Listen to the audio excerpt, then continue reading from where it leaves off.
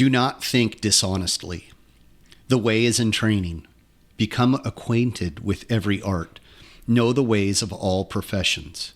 Distinguish between gain and loss in worldly matters. Develop intuitive judgment and understanding for everything. Perceive those things which cannot be seen. Pay attention even to trifles. Do nothing which is of no use. It is important to start by setting these broad principles in your heart and train in the way of strategy. If you do not look at things on a large scale, it will be difficult for you to master strategy. If you learn and attain this strategy, you will never lose, even to 20 or 30 enemies. More than anything to start with, you must set your heart on strategy and earnestly stick to the way. You will come to be able to actually beat men in fights and to be able to win with your eye. Also, by training, you will be able to freely control your own body, conquer men with your body, and with sufficient training, you will be able to beat 10 men with your spirit. When you have reached this point, it will not mean... When you have reached this point, will it not mean that you are invincible? Musashi. I've been on a Musashi kick lately. And doesn't that sound like some Jedi master or just some... I mean, like, he was a total badass, but like, isn't that just awesome? It does. That's a great quote to start the morning with. Yeah. Good morning. Good morning. This is the Formless Podcast, episode 69, I believe. I did not look that up beforehand, and I usually have that stuff all squared away. I am Dustin, and this is Tyler the Superhuman. He's back. I'm back. Yeah, awesome. had a little bit of a break and working on movie stuff. Movie stuff, yeah. Now, as I've talked about before, the movie is done. You know, we had our small theatrical release, and now I'm working on a bigger distribution deal for the film. The movie is done, and so now what? Yeah. Isn't that like so like life though? Like you graduate high school and it's like, now what? Now what? I remember that feeling when I got married. You know, I was super excited, very happy, and then it was like, okay, now what? Like the wedding was over, the honeymoon's over. We're like just kind of sitting around staring at each other, like, what do we do now? You know,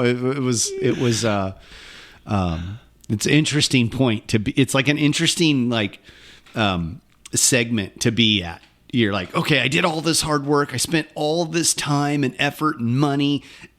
Now what?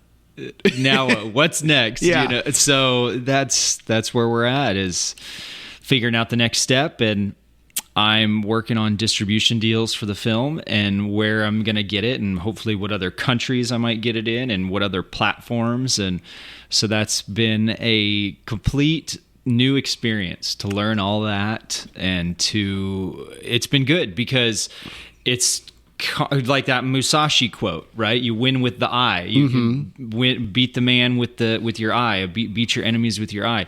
It's looking and seeing, okay, I don't know exactly what to do yet, but I'm figuring it out as I go. And I've got all these people I'm asking for advice and talking, and because distribution on a film is a totally different thing for me, totally different beast. And was there a point where you were like, okay, I'm done now? And like, I don't, you know what I mean? And then it's like, oh, now I've got this other thing, this other mountain to climb. Yeah. With filmmaking, especially being a producer, you're almost leapfrogging. You're halfway through one project, then you got to start the next project. So you're always looking down the road at what's your next thing while you're halfway through the thing you're in now. And so, well, yeah, because you got to keep that pipeline. The pipeline going, yeah, and be able to. You can't just stop, make your movie, finish it, stop, and then start all over again, because that is just the lull has got to be too long. The lull, that's exactly it. The word I was looking for. So it's overlaps. You know, yeah. There's overlapping, and so yeah, it's been great, and it's been super exhausting, and more big decisions have to be made, and I'm like, oh man. Yeah. I got on a film set, what was it, a couple weeks ago, or a couple months ago, and I was like, it was just a short film for something around here. And I was like, man, just tell me where to set up the lights at. Like, I just want to do something simple. Like, I don't want to be the decision maker today. Yeah. And so that's kind of followed me around the last couple of months. But it's been good. It's a whole new experience. And it's really taught me that you go through this, for lack of a better word, season of, okay, work, make them film, and now the film's done, and you've had the premiere, and then what? And then you've got to still get it out there to make the money back and pay the investors back, make the investors happy, so then they'll want to invest in your next movie. So yeah, it's been getting the film to this point has been a certain level of energy, and then getting from where we are now to getting it out has been another level of energy. And I've almost had to like downshift, like instead of shifting into a higher gear to get the film to all these other platforms or these other countries. And so now it's been like, shift down and kind of like, okay, like take the foot off the gas pedal for a little bit. Yep. Yeah. It's funny. Like I have this mode or this thing where like I'm really, I'll put in a lot of work, like a lot of effort, just like go. And then I just reach a point where I'm like, okay, hold on. I got to crash for a minute and like just kind of take a breath and like look around and go, oh, there's other things in life that I need to take care of, you know? Yep. Like I'll focus on like work or martial arts or the podcast, and I'll go every day, wait every minute from waking almost to like when I'm sleeping, it seems like. And then I'll do that for like a week straight or a month straight. And then I'm just like, oh, what else is going on? Yeah. Yeah. You get so tunnel vision and focused that. Yeah. That like you forget that there's this whole other outside world going on, Yeah. That's kind of where I've been at with that, and getting so hyper focused on my movie stuff. And it's great. It's what I'm called to do and what I want to do. And I reached this point, like we were talking about just now, you reach this point where you're like, oh, I'm so exhausted. Yeah. I've got to pump the brakes, take the foot off the gas, and remember that there's other things in life. Because I've needed to take a step back and just really, slow down, and just really find the joy in the little things again, know, because you get so hyper focused on, making these deals and where am I going to put the movie and all this stuff. And that not just for filmmaking. I mean, it could be anything like you were talking about. You get so hyper focused on the work or the podcast. Yeah. And so I've had to take a step back and just be like, okay, I need to take a break, and just really slow down and pare down a lot of stuff in my life. Yeah. Yeah. But it's funny. It's almost like, I don't know about for you, but like for me, when I've hit that moment where I'm like, okay, I'm going to coast for a minute. Yeah. Like, hold on. I'm still thinking. Yep. Like there's still stuff there. Yep. I'm still working on it. I'm just not as intense. Like it's marinating, it's simmering, it's on the back burner. Like I'll still write notes to myself about things, or I'll still like, oh, I can't forget to do this, or I got to talk to Tyler about that, or I'm still working on stuff. It's just not as like intense. Like I've turned the heat down a little bit and let it simmer for a minute, Yeah. And it's like, I know that I'm going to get back into it. So I don't want to shut the heat off completely. I don't want to lose that spark, but like I've got to manage some of this other stuff going on, I don't know. At least that's how it is for me. No, that makes sense. Yeah. It's funny. Like, with, there's fires going on right now, and like the one out of Chico, the park fire is huge, like almost 400,000 acres. That was almost, I think it started real close to the anniversary of the car fire. Right. Yeah. And so like during the car fire, we got evacuated and we took probably 2 months off martial arts. I basically just went to work. We got evacuated. There was a whole bunch of stuff going on while that was happening. But for like the first week, I just sat, I'd go to work and, you're worried about your house and your friends and your neighbors and their houses and everything. And then, after the initial adrenaline shock wore off of that, I just found myself like staring at the TV or like, what are we going to do? And all three of my kids are like staring at me like, are we going to have a home to go home to? And all of this kind of thing. And it was really weird. And we weren't going to martial arts at the time, just because everything was in turmoil. And I remember thinking like, I have to do something physical. Mm-hmm. Because I'm going to lose my mind, and so we were at my in-laws' house staying there, and I grabbed a bicycle. They had some mountain bikes. I grabbed a bicycle and I just started riding after I'd get home from work, and I would, and the first ride was just like around the block, and I was like, okay, that's good, I'm okay. I can function now, and then it progressively got longer and longer. And then one night I went out and I was gone for like probably 2 hours riding this bike and just finding different trails and streets to go on. And like, I remember I got home, my wife's like, are you okay? And, but it was medicine. Like it worked. It was like, oh, this is like, I need this physical activity. I need something to like keep me going and something simple. Yeah.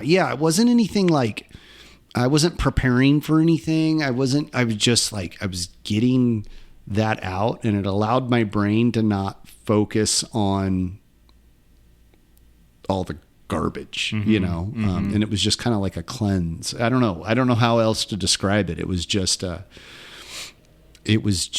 like a reset button. Yeah. And then things thankfully our house was fine and we got back into the home, and then it was like, okay, back at it, and it was really good. It was really good to, it was a forced break. There was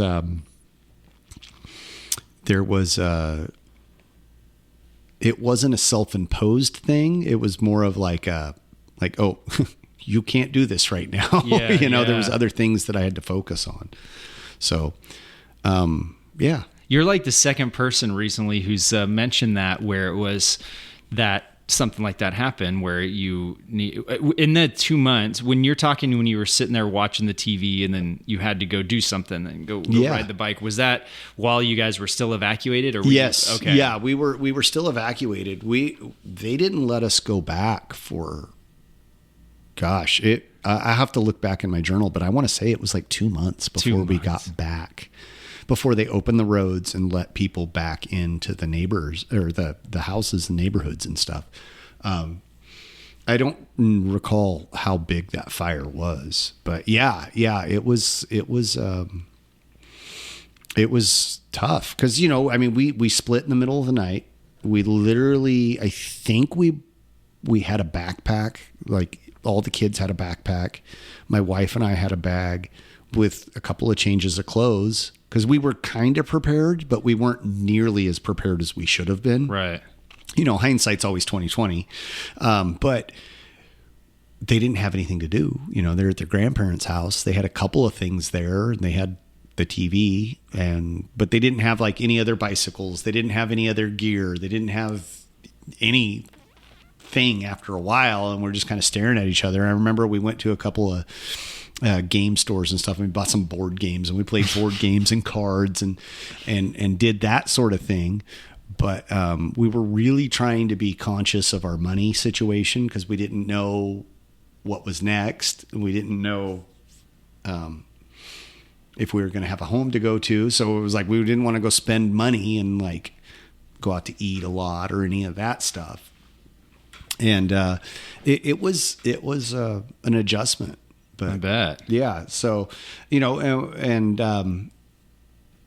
yeah, it was completely, turned everything on its ear there. But I don't know if that was the kind of break you were talking about, but that was what I was thinking about, like this forced exile, Well,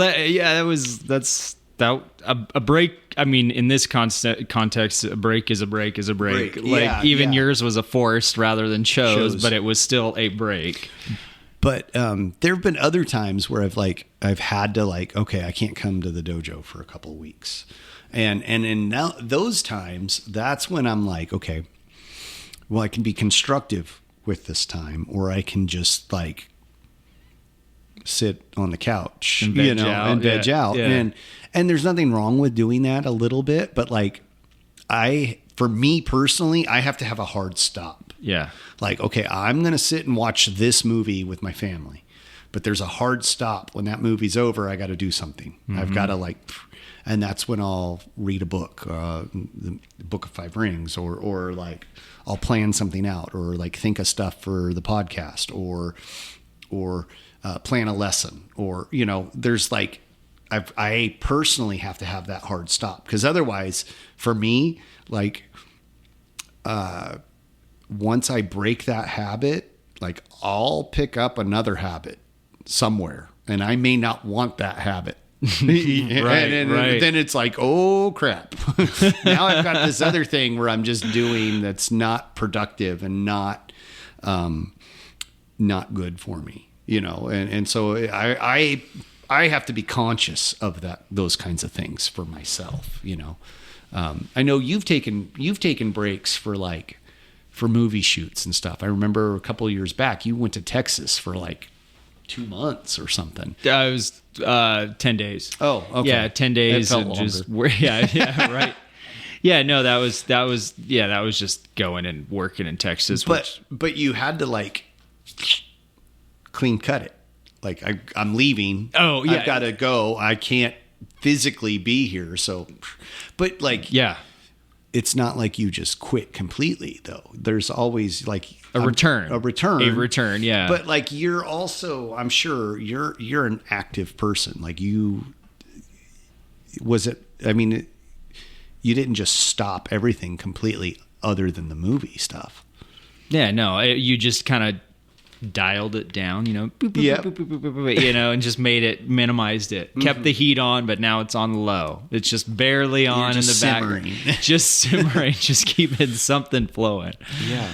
Yeah, but like I was saying, you're the second person recently to say that going and doing something, mm-hmm. such as bicycle pedaling, mm-hmm. like you were saying, you would get off the couch and go pedal. Well, in the last couple of weeks, I've been helping remodel a bathroom on a house on our property that we have, the couple 100 acres here locally that we go hunting on. And there's a house there from the 1920s.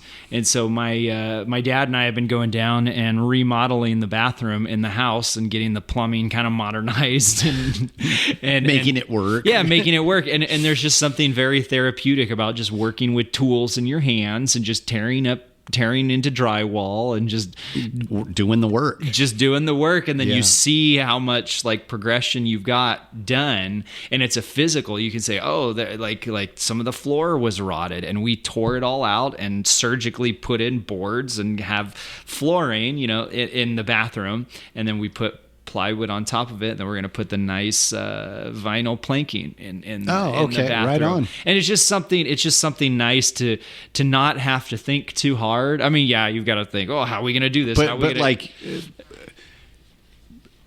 But it allows you to focus on something else. Yeah, on something else. It's focusing on something else, and it's almost meditative. For me, when I'm doing stuff like that, it's I can sparring, for instance. When you're sparring, you can't think about when the bills are due, right. Or I need to rotate the tires on my car, or whatever, because that's when you're going to eat punches and kicks, right? Right. You have to be immersed in what it is you're doing, and remodeling the bathroom. If I'm doing something like that, I have to be I have to be 100% present. Like I'm working on this, because otherwise, like my cuts won't be straight. Right. Right. You're not going to hit the nail correctly with the hammer. There's all of those other things, like, and there's something to that where you're just in that moment and you're dedicated to doing this thing where nothing else, like the rest of the world, doesn't matter at that moment, you know. And that's therapeutic for me. It's like, oh, I accomplished this. Or I'm working on this. And it could be something as simple as like just vacuuming the floor, or you know what I mean? Like it doesn't have to be a huge project, is what I'm trying to say. It just is like a cleansing thing, Yeah. It's a way of cleansing out clogs you've got, in some areas. I've just really had to step back and go back into those simple things, and because a lot of the stuff I do with the filmmaking is it's intangible, cutting deals, a distribution deal. That's not really a tangible thing, whereas you can go out and build a house, right? And you're a contractor, you go build a house. Physical thing. You can see what you built with your house. In a movie, it's physical, right? There's a file to it or a DVD. But after that, when you're talking to people, it's a lot of communication. It's just a lot of communication. Exactly. So it's a little harder to see your progress there. Yep. Yeah. There's certain type of people that do investments, in things, and some people. Real estate has always been like usually a good real investment opportunity, is because you invest in a house, then you build it up, then you flip it or whatever, buying and selling properties.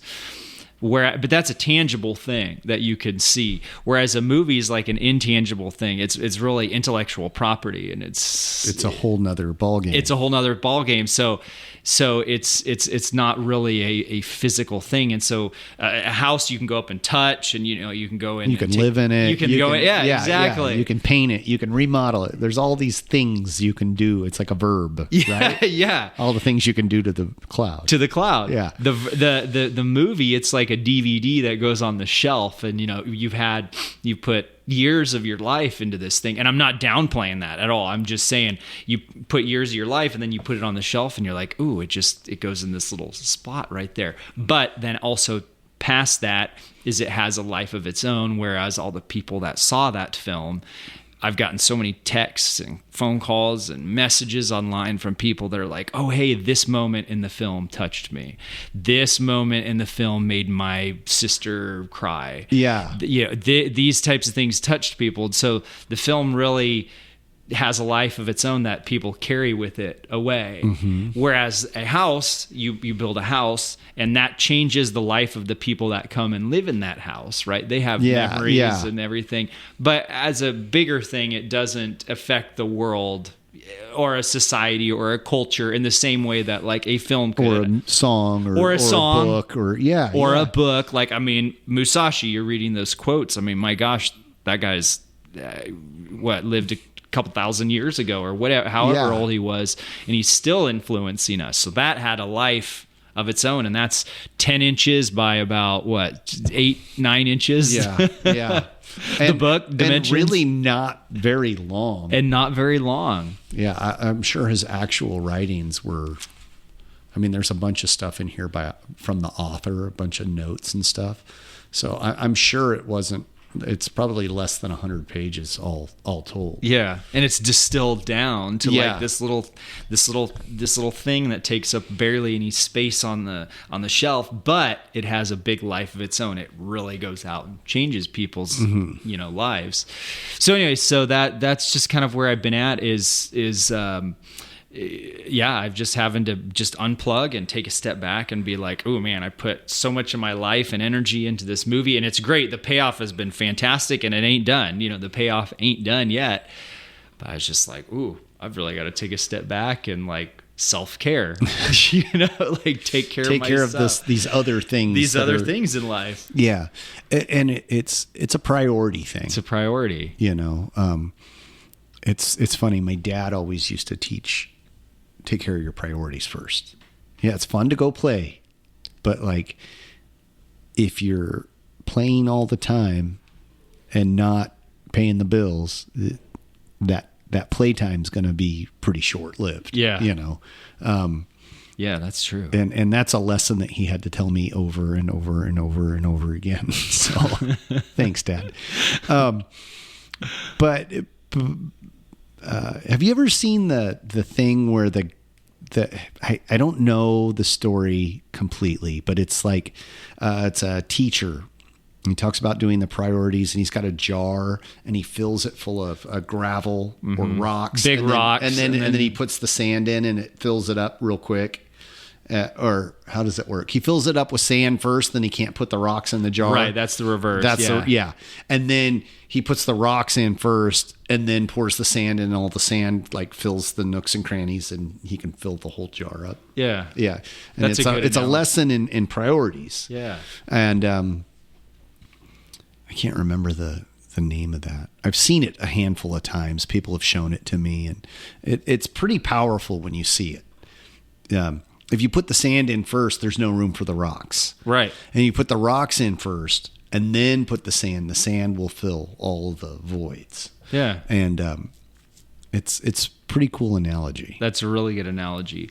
That and that's you got to take care of your priorities. And one thing, like a fruit tree, right? So like a fruit tree, when it's got fruit on it, if it doesn't get enough water and nutrients, that it'll start dropping the fruit. It'll start dropping the fruit or dropping some leaves in order to maintain the tree itself.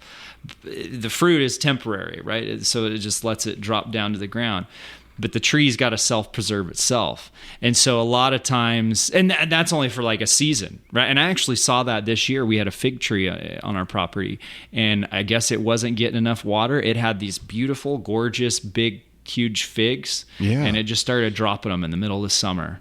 Yeah, really? And so I don't know if it wasn't because it wasn't getting enough water or the weather. We've had some weird weather. It's strange lately. Strange weather. But anyways, and the fire and the smoke and all that stuff. Yeah, and that can contribute too. The analogy, that's what I was going for, is that it doesn't have enough water, so it starts dropping. And I noticed I started naturally doing that stuff in my life, like, oh, all of a sudden I'm not hanging out with this person anymore. Not because that person's not good or bad or whatever. It's just that I just don't have the energy and time, to hang out and do that activity anymore. And so I just noticed I was so not so overextended, just I had reached my limits, and I was like, oh, I've reached my limits now. And I noticed that I was I was just starting to drop things, like almost like unconsciously but naturally at the same time, dropping activities and just backing off and saying, oh, whoa, I can't do this anymore. Yeah. Well, there's only so much room for the pie. Yeah, right. Exactly. And like, you can only take so many cuts out of that before you're like, oh, there's no more left. Yeah. So you got to we got to prioritize. Take a step back and prioritize. Exactly. And I think that's a critical thing. Like for me, because there's always like so much stuff going on.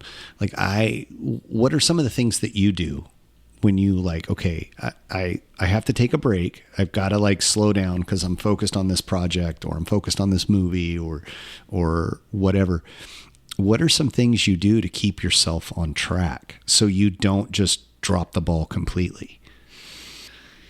That's a good question.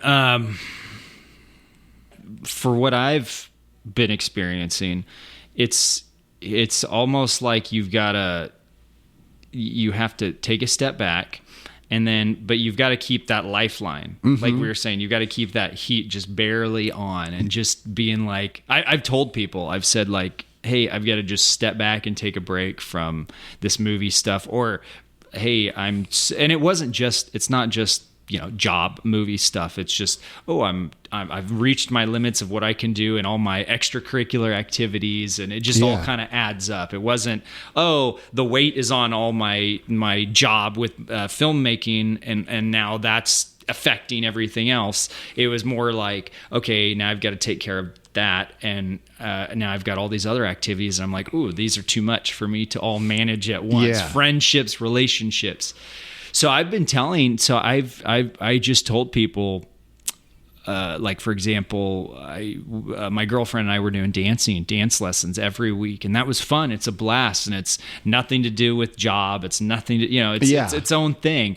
And it's something you do together, and it's cool. And it's fun. Yeah. And it's new, and you're learning something new. But we just felt like, we're getting burned out, and we just needed a break to really appreciate it. And so we kind of told one of the assistant instructors, I said, hey, assistant instructors, I said, we just need to take a break. We're doing this too much that we just need to take a break, and we'll come back. But we got to take care of some other stuff. Yeah, we just got to take care of some other stuff. But it wasn't like completely cutting it out. It was like, okay, now I'm going to watch a video on maybe this dance here in between the breakup. You just keep that lifeline alive. Keep that lifeline flowing. That's important, I think, because like for me, when I've had to take breaks, or when I've like for right now with my job, I'm lucky if I can get down here twice a week. Yeah. Whereas before it was like 3-4 nights a week, like no less than 3 nights a week, and on the weekends and stuff.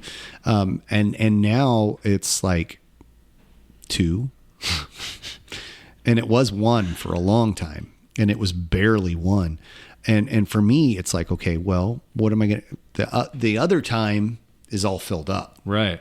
But there's moments where I have a free moment or a free time. So I would like plan stuff out. I would like, I'm a list maker, and I write in my journal.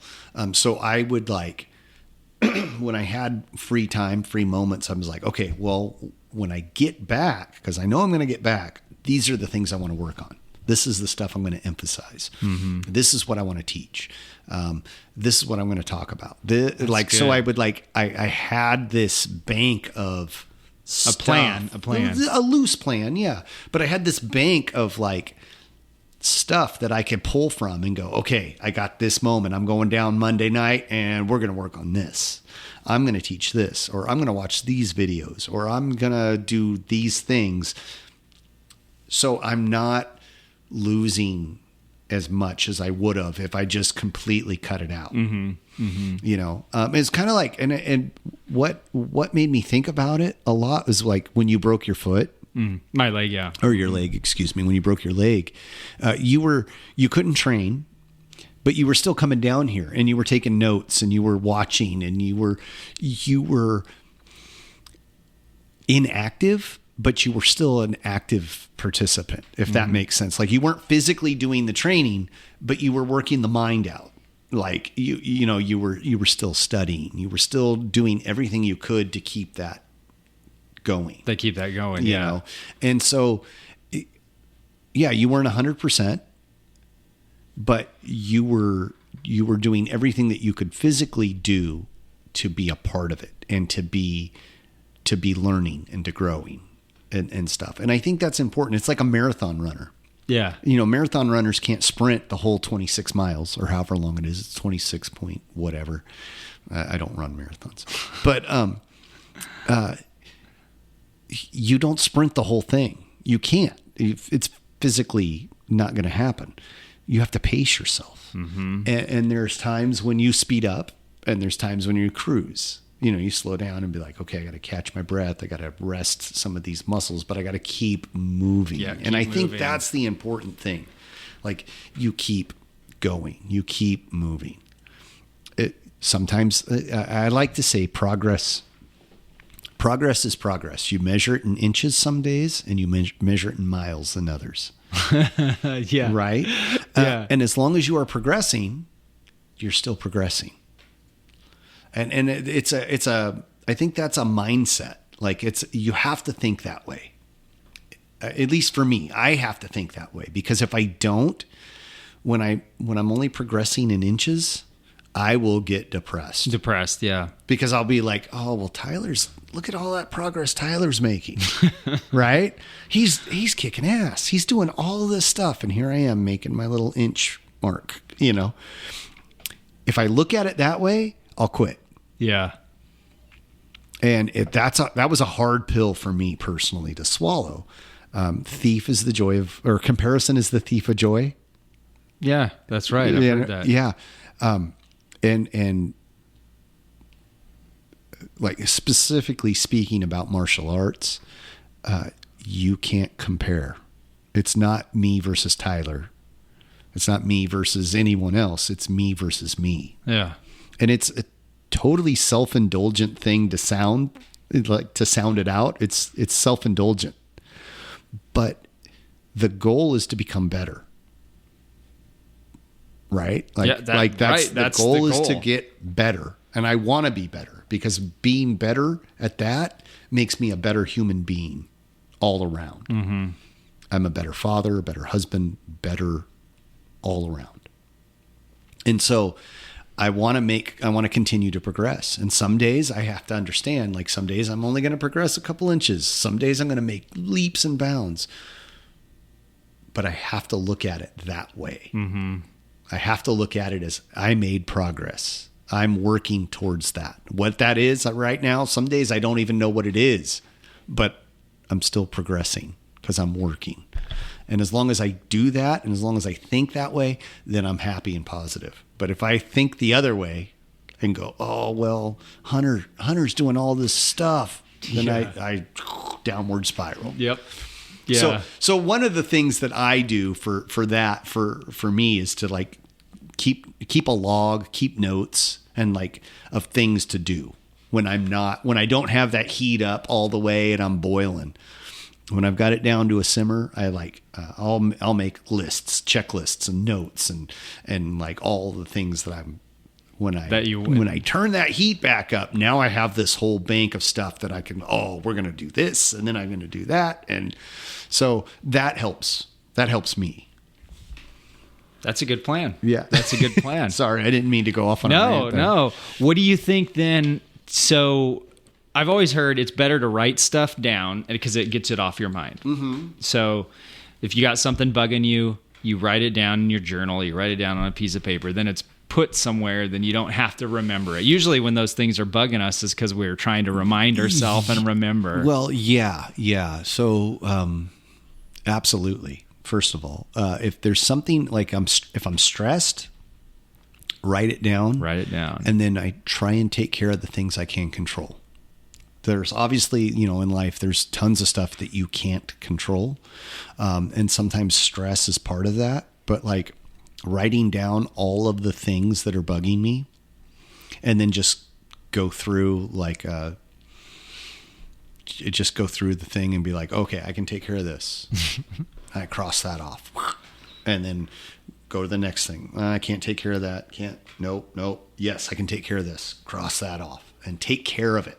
Don't just cross it off, but take care of it. And the amount of stress that alleviates is tremendous. It doesn't cure everything. Like it's not a cure-all, but it definitely makes me feel better about things. Because then it's like I'm doing something towards it instead of just sitting there crying about how hard life is. Yeah, that makes sense. That's like, if I was to give somebody like the key to life, that would be one of them.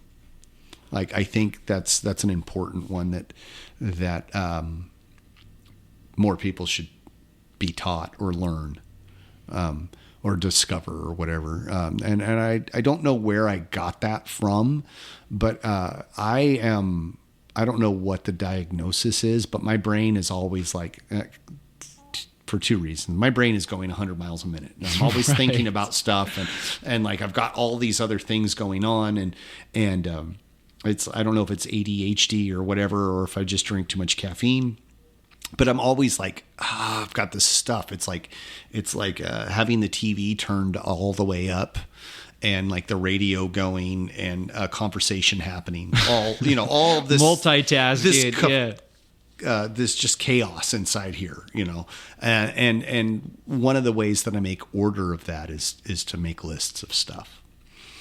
And I do a lot of driving for work, and I'll pull over and like write down stuff, because otherwise I'll forget. Well, I'll forget, and two, I'll lose my mind because I've just got like all this stuff going on, and then I'll be like, oh crap, what was that?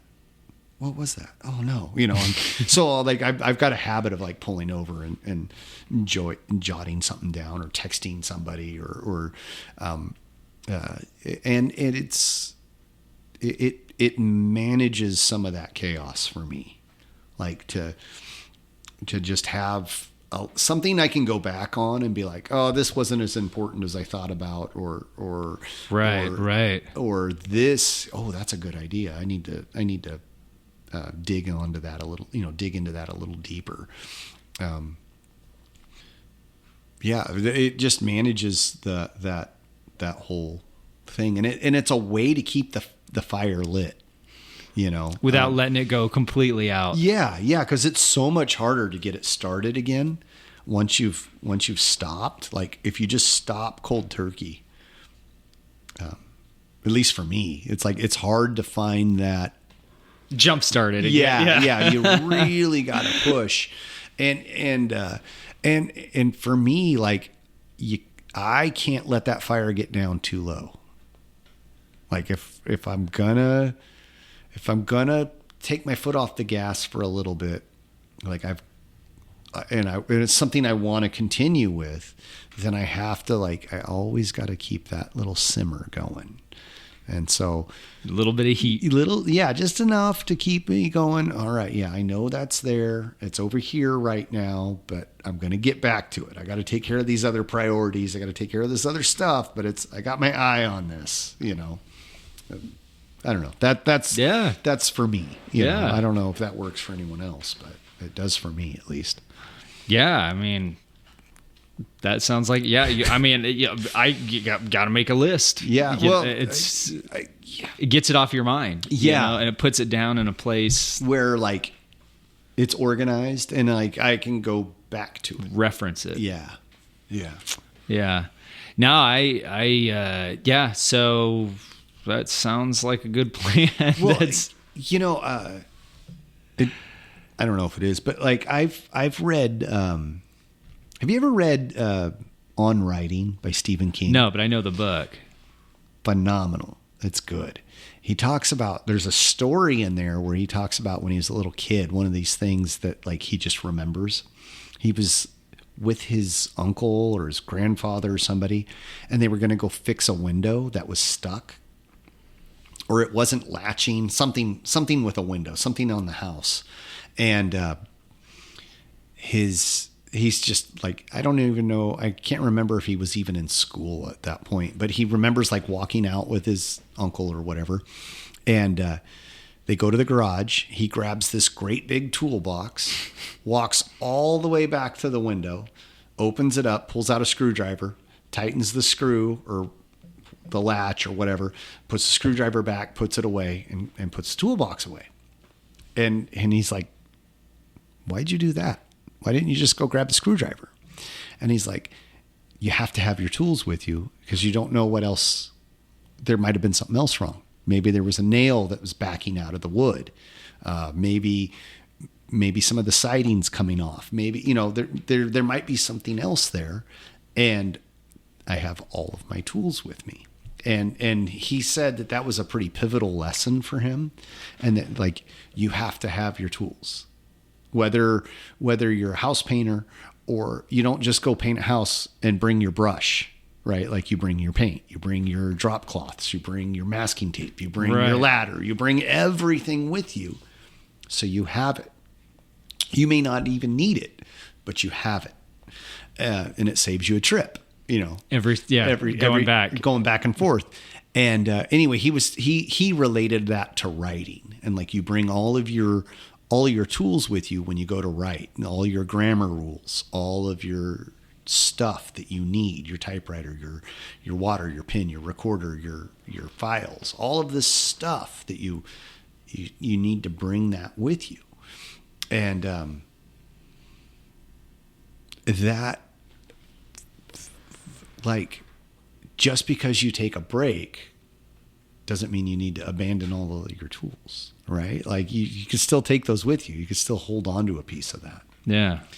I don't know. I don't know how that relates quite, but that was just perfectly. That was just what I was like thinking about at the moment, right then and there. That's perfect. No, that's a really good book, and I think it applies to a lot of stuff, not just writing. And it's. I love books that tell you a story, and like there's just oodles of stories in that book. I don't. I think that book could apply to multiple different professions, jobs, hobbies. It's a really good book. Huh. What do you think about sometimes with doctors and surgeons? Somebody comes in and they say, we've got this bone that we can do surgery on this bone and fix it up the way it is and try to make it better, or we break it, totally break the bone. Mm-hmm. You've heard of this, right? And they break the bone, completely break it. Oh, so it can heal to heal properly. So it's.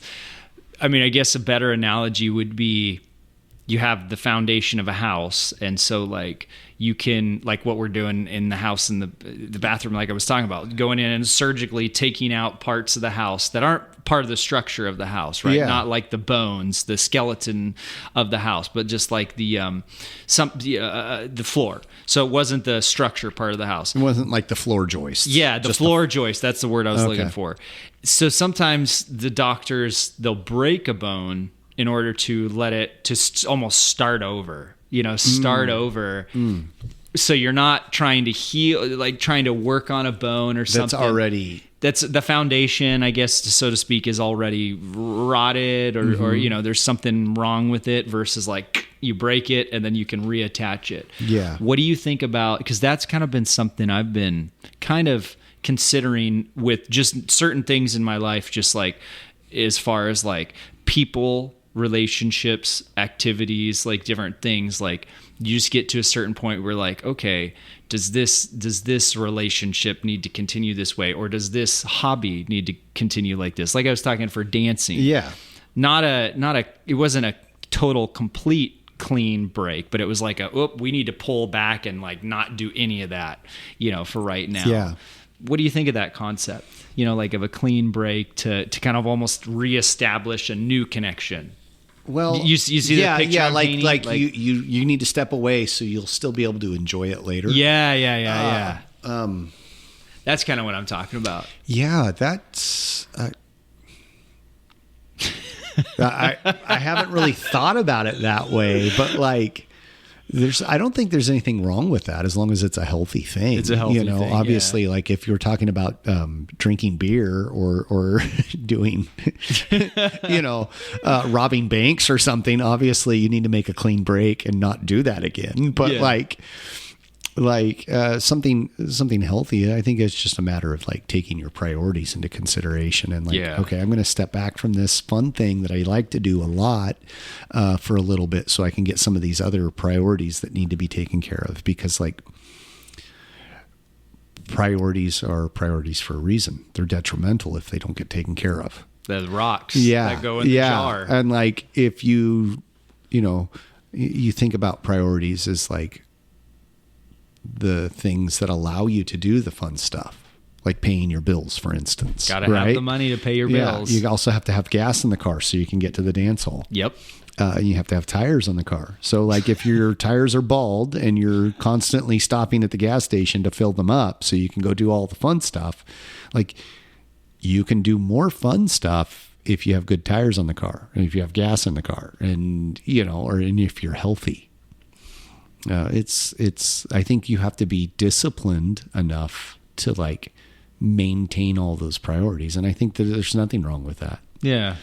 Yeah. I mean, it's like the example of you see the plumbing in a house. You're like, oh, well, there's a leak here on this PVC pipe right here, and we can patch that. And then you look down the line, and you see there's a bunch of other cracks and holes and stuff. It's been patched a bunch of other times. You're like, man, maybe we just need to cut this whole section out and put a whole new section in. Type thing. And that's kind of more along the lines of what I'm talking about. Yeah. Well, and then sometimes though, like all you have is the time to make that little patch. Yeah. And it's like, okay, true. I've got to get back to this later. That's a good point. This is going to let me take a shower or wash the dishes so I can eat tonight, and then I'll fix it. The bigger patch. Yank out the bigger check. The section. We'll do the surgery here later at a later point. But yeah, I think that's a good way to put it. Yeah. I just need the shower for tonight. Yeah. They just, it's all about priorities, I think there. And like, sometimes you have to be like, oh, I can't do that right this minute. Mm-hmm. I would love to, but I have these other commitments or these other things that have to be taken care of. Oh yeah. Yeah, that's just a concept Absolutely. I've thought about. Sometimes it happens. I've heard of it happening in the workplace where people will work for a company for 10 years, and then maybe the boss they have over them is they don't exactly get along with, or maybe the company starts going in a direction that they don't like. Mm-hmm. And so that employee will, quit, for lack of a better word, quit or remove themselves from that company. And they might come back in a year, but then they're coming back with like a full, fresh eyes, it's a clean break, and then they come back. Yeah. Does that make sense? Yeah. No, I get it. Yeah. No, that's just I just started thinking about that with all the little activities that I do in my life. And I was like, oh man, like it's almost like I need a clean break for a month or 2 months, and then like to come back with fresh eyes. Yeah. But like, maybe that's not the right wording. No. It is, but it's like, it's not like you're not doing anything. You're focusing on something else. Mm-hmm. There's like the distribution deal you're working on. So there's something else that's taking a priority. Oh yeah. And like you got to do the hard work first. Yeah. Yeah. You've got to do the hard work. I've talked with a lot of people, like everybody I talk to in this day, like a lot of people that I talk to nowadays, is one thing I always hear is people are like, oh, I'm so exhausted. We're all tired, right? Everybody's tired. Everybody's tired. And then I start being like, oh, okay. Like, and then a lot of people I talk to, they're like, oh, I'm overextended. Mm-hmm. On my time, my resources, my money, my energy. And so you start, that's just a concept I started thinking about, because I hear from so many people like, oh, I'm overextended. And I'm like, oh, well, I'm thinking maybe some of these things need to, like these activities you're doing need to be like a clean break for a little bit. Yeah. But that is interesting. That is interesting. And I don't know the answer, so I'm not. I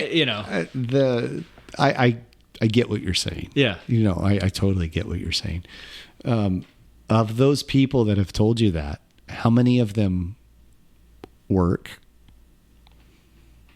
How many of them have families? That's true. How many of them have actual priorities?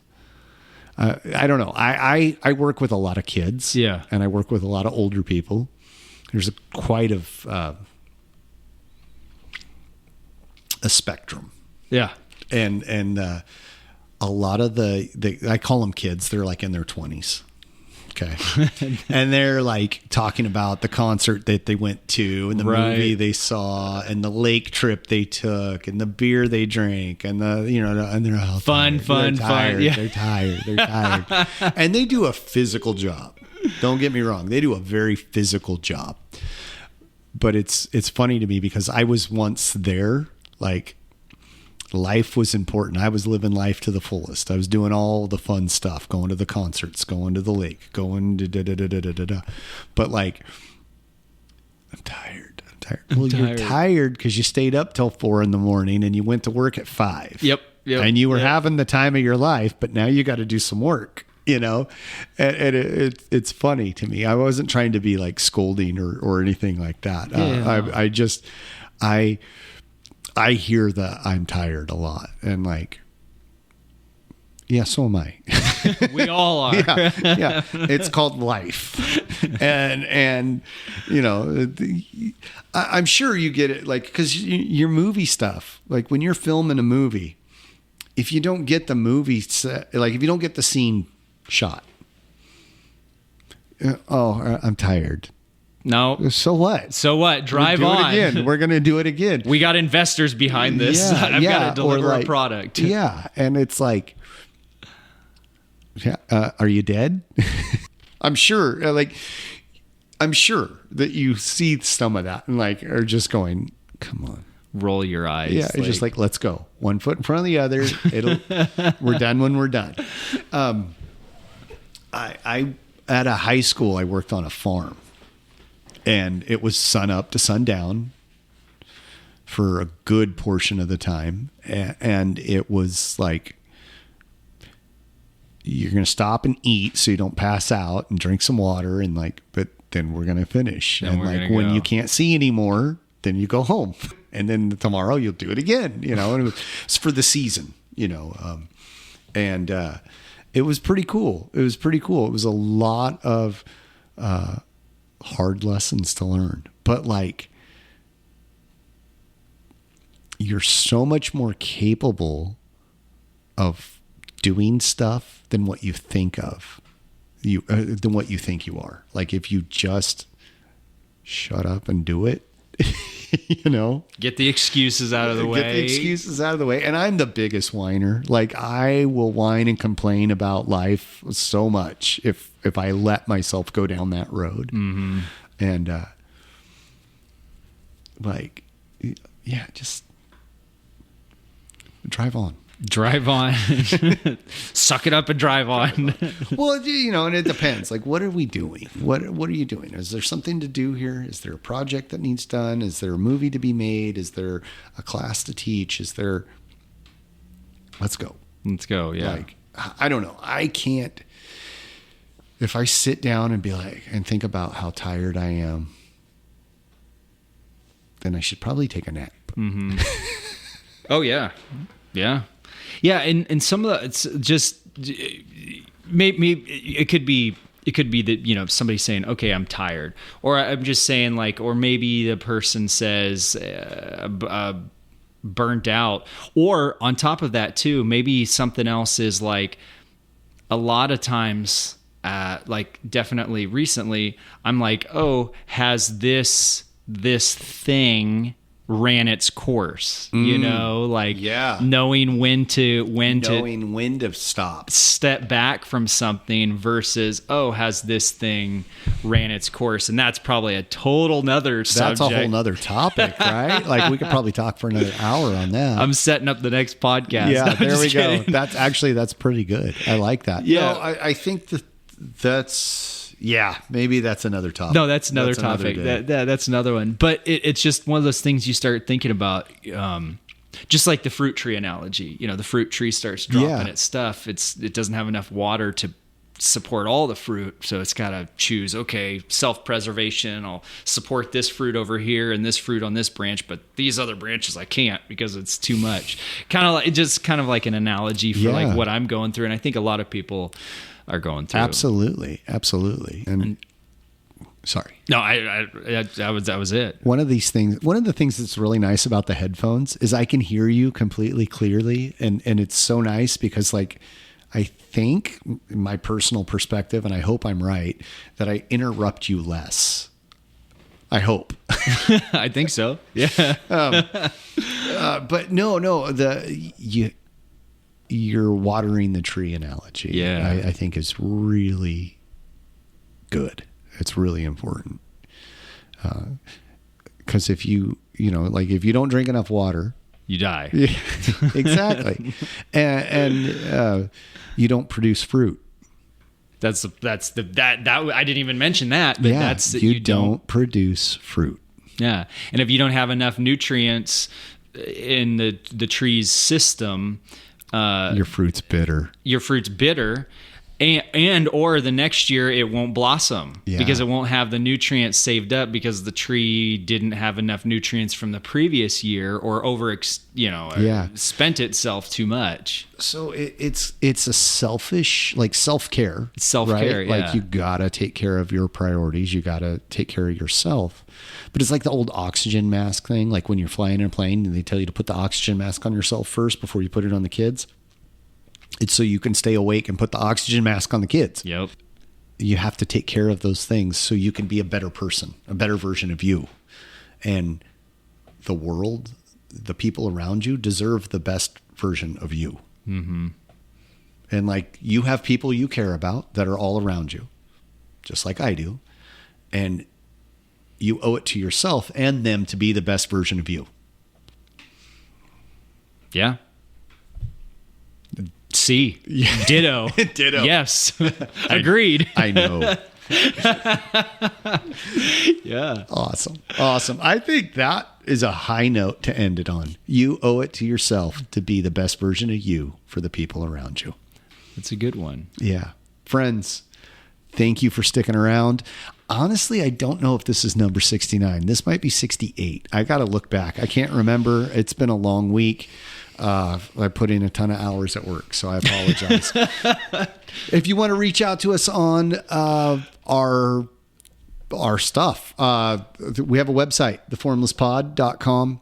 We are on Facebook. There's a Facebook group. It's public. You should join us there. There's not enough stuff going on, and we need more people on it. Formless Pod. Facebook group, Instagram at the Formless Pod, Twitter at the Formless Pod. Check us out there. We are working on something for YouTube to do a live stream chat thing, and I'll put that more information as we get it and get that finalized. Friends, it's been a joy. Thank you for being on the ride with us, and see you next week.